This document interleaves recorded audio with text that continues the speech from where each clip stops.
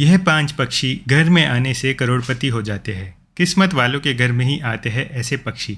तो दोस्तों चलिए जानते हैं इस वीडियो के माध्यम से वह पक्षी कौन से है, और पूरी जानकारी के लिए वीडियो को अंत तक ज़रूर देखिएगा। दोस्तों आज हम जिन 5 पक्षियों के बारे में बात करने वाले हैं, अगर यह पक्षी आपकी छत पर आकर आपका दाना खा जाते हैं, पानी पी जाते हैं, तो आपके साथ कुछ ऐसा होगा जिसकी आपने कभी कल्पना भी नहीं की होगी। माना जाता है कि यह 5 पक्षी किस्मत वाले व्यक्ति के घर पर ही आकर अपना दाना खाते हैं और पानी पीते हैं। बड़ा ही भाग्यवान होता है वह व्यक्ति जिसके घर पर आकर यह पक्षी स्वयं भोजन करे।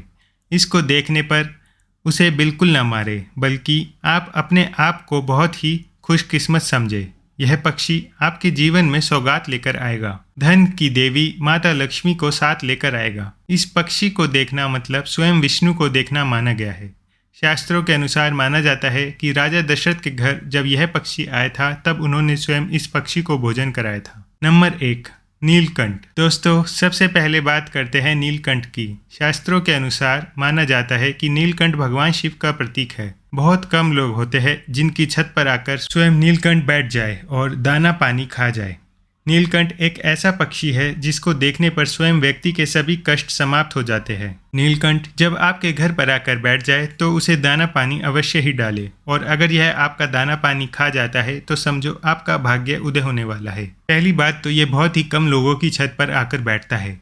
किस्मत वाले होते हैं वह लोग जिनकी छत पर आकर नीलकंठ बैठ जाए। इसे साक्षात शिव का अवतार माना गया है। यह पक्षी आपको जहां भी दिखे इसे भूल कर भी ना मारे, नहीं तो आपको भगवान शिव के क्रोध का सामना करना पड़ सकता है। नंबर 2, कौवा।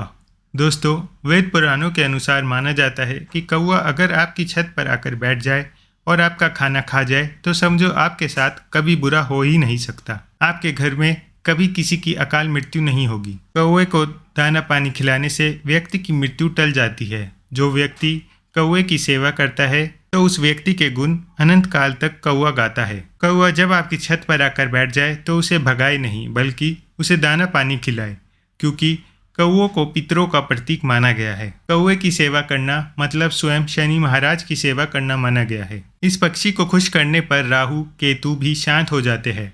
शनिदेव की असीम कृपा प्राप्त होती है, क्योंकि यह शनिदेव का वाहन है। नंबर 3, गौरैया चिड़िया। दोस्तों शास्त्रों के अनुसार माना जाता है कि जो गौरैया चिड़िया होती है उसे भगवान राम के घर भी देखा गया है। शास्त्रों में इसका वर्णन विस्तार से मिलता है। राजा दशरथ स्वयं इसे लक्ष्मी का प्रतीक मानते हैं। गौरैया चिड़िया का घर में आना साक्षात लक्ष्मी का आना माना गया है। आपके घर पर आकर पानी पी जाए तो समझो आपके घर में माता लक्ष्मी का वास होने वाला है। इस पक्षी का घर में घोंसला बनाना अत्यंत ही मंगलकारी माना गया है। आपके ऊपर कभी भी कोई संकट नहीं आएगा अगर ये आपके घर में घोंसला बना लेते हैं। तो किस्मत वाले होते हैं वह लोग जिनके घर पर गौरैया आकर बैठ जाए तथा घोंसला आदि बना ले। ऐसे व्यक्ति का भाग्य खुल जाता है। गौरैया चिड़िया की आवाज़ सुनना भी शुभ माना जाता है। यह घर को स्वच्छ बनाती है। नंबर 4, कबूतर। दोस्तों घर में कबूतर का आना भी शुभ माना जाता है। जिस व्यक्ति के घर पर आकर कबूतर दाना पानी खा जाए तो समझो आपका भाग्य उदय होने वाला है। साथ ही साथ अब आपके जीवन में कुछ बदलाव आने वाले हैं।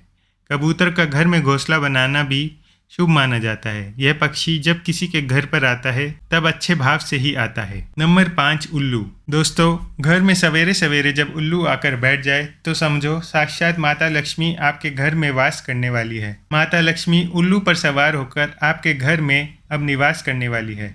ऐसे में उल्लू को गलती से भी ना भगाए। सवेरे सवेरे उल्लू का आना अत्यंत मंगलकारी माना जाता है, क्योंकि उल्लू माता लक्ष्मी का वाहन है। नंबर 6, चील और बाज।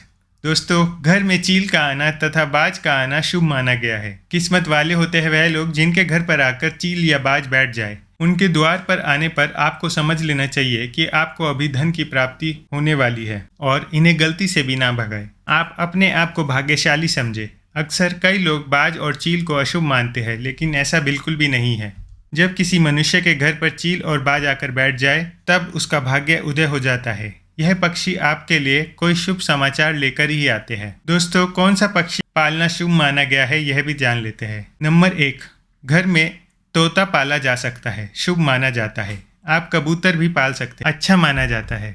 दोस्तों काफ़ी लोग कुछ पक्षियों और जानवरों को अशुभ समझते हैं और उन्हें मारने के लिए अतारू हो जाते हैं। कृपया ऐसा ना करें और जो भी पक्षी या जानवर आपके आसपास हो उसका ध्यान रखें। पक्षी हमारे पर्यावरण के लिए कितना जरूरी है यह इस कहानी से समझते हैं। सन 1958 में चीन ने एक ऐसा अभियान शुरू किया जो आज भी पर्यावरण के लिए कलंक की तरह है। इस साल माओ ने फैसला किया था कि उनके देश में गोरैया जैसे पक्षी नहीं रहेंगे जो बीमारी फैलाते हैं। माओ को बताया गया था कि गोरैया अनाज के दाने और बीज खा जाती है। यह सुनने के बाद माओ ने लोगों को गोरैया मारने का आदेश दिया। इस कैंपेन के दौरान कई लाख गोरैया मारी गई। जिस तरह से इन्हें मारा गया वो बहुत ही दर्दनाक था। लोग इतने दूर तक इनके पीछे दौड़ते और इस कदर इनका पीछा करते थे कि बेचारी गोरैया थक कर आसमान से गिर जाती। गोरैया सिर्फ अनाज या बीज ही नहीं खाती थी बल्कि कई तरह के कीड़े मकोड़े भी खाती थी। जब सारी गोरैया खत्म हो गई तो इन कीड़े मकोड़ों को नियंत्रित करने का कोई साधन नहीं था।